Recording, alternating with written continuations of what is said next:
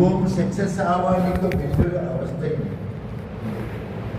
ഏത് നിസ്കാരം റാഹത്ത് പള്ളിയിലുള്ള പല പ്രസിഡന്റ്, അല്ലെങ്കിൽ സെക്രട്ടറി, അല്ലെങ്കിൽ ട്രഷറർ, പിന്നെ ആ നിലക്ക് ഒരു പോകണം. സെക്കൻഡിനെ സൊസൈറ്റിയിൽ നാം പോയില്ലെങ്കിൽ ആരും ചൊന്നുന്ന പേടിക്കും. അത് ഒരു ഇസ്സത്ത് ഞങ്ങൾ അപ്പ നിസ്കരിച്ചു കൊണ്ടിട്ട് ഞങ്ങൾ അപ്പറപ്പം നിസ്കരിച്ചു കൊണ്ടിട്ട് നാം നിസ്കരിക്കുന്നത് എന്നും നൽകും. ഞങ്ങൾ നിസ്കാരം കാരണമാണ്. അതുകൊണ്ട് എന്ത് തേടിയെങ്കിലും അല്ലാഹു സുബ്ഹാനഹു വ തആല പ്രത്യേകം നൽകും.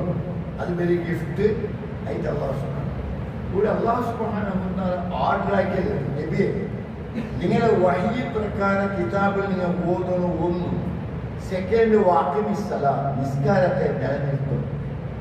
ഇതാരുടെ ഓർഡർ? മുഹമ്മദ് റസൂലുള്ളാഹി.